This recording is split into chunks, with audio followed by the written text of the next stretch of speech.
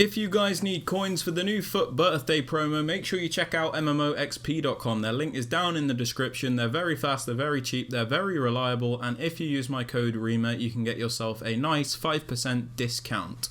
So what's up guys, my name's Ash and welcome back to a brand new video. I hope you guys are all having a fantastic day so far. In today's video guys, I'm going to be showing you some new 4222 custom tactics and player instructions. But just before we get into today's video guys, I'd very much appreciate it if you could drop it a thumbs up, as that does really help me out with the YouTube search algorithm. Also subscribe to the channel if you are new so you never miss out on any videos like this one. And don't forget to turn on notifications so you are notified when a video is posted.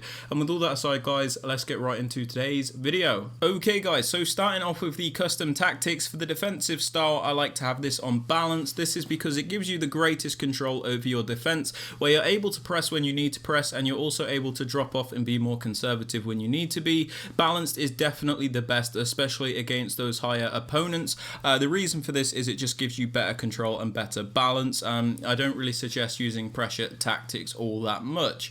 Now moving on to the defensive width guys, I like to have this on 45. This is so we can primarily keep a narrow shape when we are defending, but at the same time we still have a bit of natural width to cover the wide areas too. So this width is very useful for the meta of this game. I see people saying you need to up your width so you can stop those cutbacks, but honestly it doesn't matter how wide your defensive line is, people will still be able to do those cutbacks. So it's better to at least be narrow and compact so you're at least covered through the middle primarily. Now moving on to the depth guys, I like to have this on 60. This is so we're not constantly getting pinned back in our own half, but at the same time we're not always getting through balled. So our defensive line is nice and balanced, where sometimes we can drop a little bit deeper and then other times we can push to win the ball higher up the pitch. Now moving on to build up play guys, I do suggest using balance. The reason for this is it is the most suited for all types of FIFA 23 gameplay.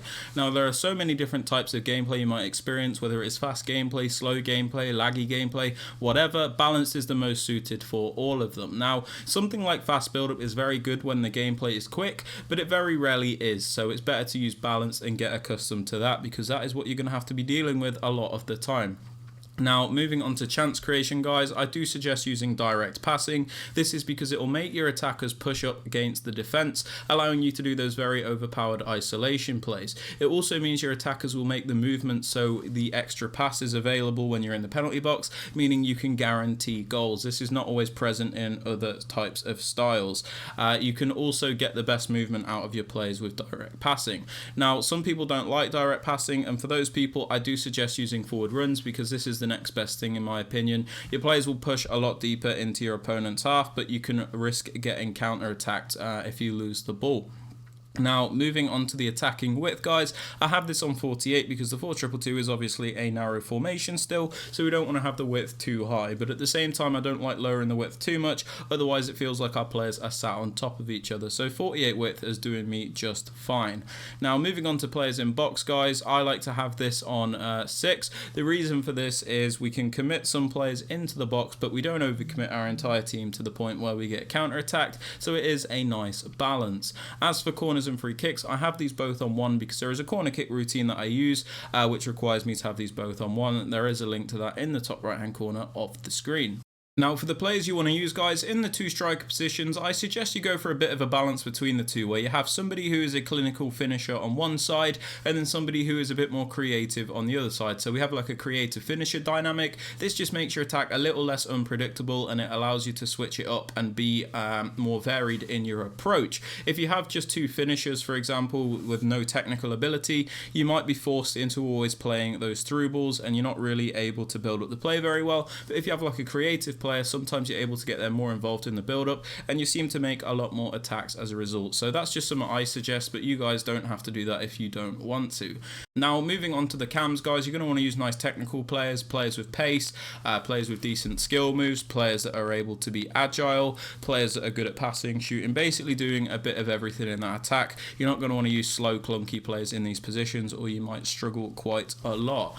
Now moving on to the left CDM, we use a more defensive minded CDM. This is somebody that's going to really add support to our defense, and his primary focus is going to be on staying back and helping us defend, so don't worry too much about their attacking stats. The ideal work rate is a medium high, but if you can't get that, don't worry too much. Now moving on to the right CDM, we have a more box-to-box style player in this position. So we're going to want somebody that has well-rounded stats so they're able to attack and defend. The ideal work rate for this player is a high work rate, but again, don't worry if you can't get the work rates perfect, it doesn't matter too much. So what we should have here is a balanced midfield where we have one more defensive-minded player and then somebody that is more of a box-to-box style player. So it's nice and balanced in defense and attack. As for the fullbacks, I like to have a bit of a balance between the two, where I have Roberto Carlos, who's a bit better on the ball, somebody that is going to be able to maybe push forward at times, somebody that is able to ping a pass, control the ball, basically somebody that is a bit better. And then we have Cafu, who's a bit more defensively solid on the other side. This is again something I like to do, where we just have a bit of a balanced dynamic between the two fullbacks. If you guys want to use two attacking fullbacks or two defensive fullbacks, that is completely up to you. As for the centre backs and the goalkeeper, these just need to be as good as you can get them.